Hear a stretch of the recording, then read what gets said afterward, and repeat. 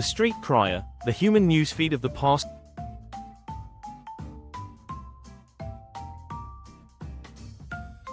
Long before newspapers, radios, and social media kept people informed, there was a more direct and vocal way to spread the news: the street crier.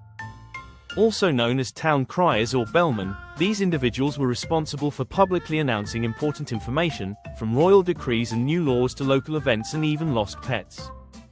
As the living, breathing newsfeeds of their time, street criers played a crucial role in communication, ensuring that both the literate and illiterate population stayed informed.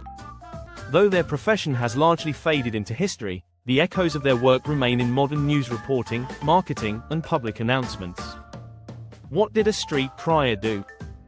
The job of a street crier was simple but vital: deliver the news to the public in a loud, clear, and authoritative voice. Their daily tasks included walking through town squares, markets, and busy streets while making announcements, ringing a bell, banging a drum, or using another noisemaker to grab attention before delivering their message, reading out royal decrees, government notices, or legal proclamations from scrolls or paper, announcing upcoming events, such as fairs, executions, or town meetings, delivering commercial messages, acting as early advertisers for businesses promoting their goods or services, declaring criminal punishments, sometimes even listing names of wrongdoers as a form of public shaming, wearing an official uniform, often with a large hat and a decorative sash, to signal their authority. Once finished, they would post the written version of the announcement on a public notice board or town square, making them an early form of breaking news. This is from where many newspapers derived their name, the Post. Where and when did street criers exist? Street criers have existed for centuries, dating back to ancient civilizations and continuing well into the 19th and early 20th centuries in various parts of the world. Ancient times in ancient Rome and Greece, criers were used to spread important state news, market updates, and military announcements. Medieval European towns relied on criers to spread royal decrees and legal judgments to the largely illiterate public. In England and France, town criers were official government employees, and harming them was considered treason since they were seen as the voice of the king. During the Great Plague, criers informed townspeople of quarantine orders and death tolls. In Spain and Italy, criers also functioned as early advertising agents, promoting businesses and theatrical performances.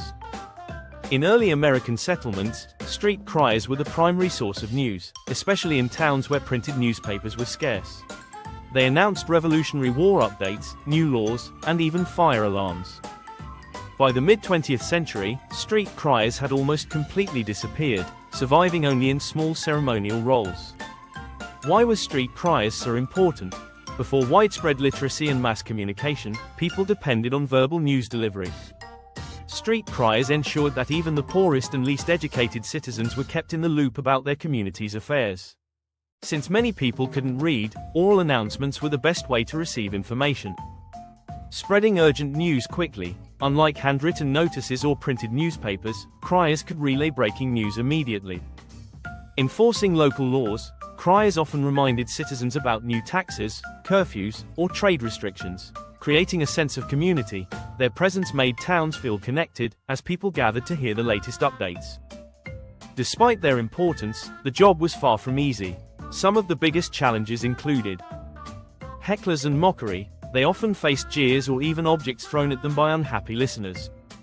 Voice strain. Since microphones didn't exist, criers had to be naturally loud and endure sore throats from constant shouting. Legal trouble. In some cases, criers had to announce unpopular news, like tax increases, leading to public anger. The decline of the street crier. By the late 19th and early 20th centuries, newspapers, telegraphs, and radios had taken over as the primary means of spreading information. Governments no longer needed criers to relay official decrees, and businesses turned to print advertisements instead. However, remnants of this profession still exist today. Modern news broadcasters and reporters have taken on a similar role, though using technology instead of their own voices.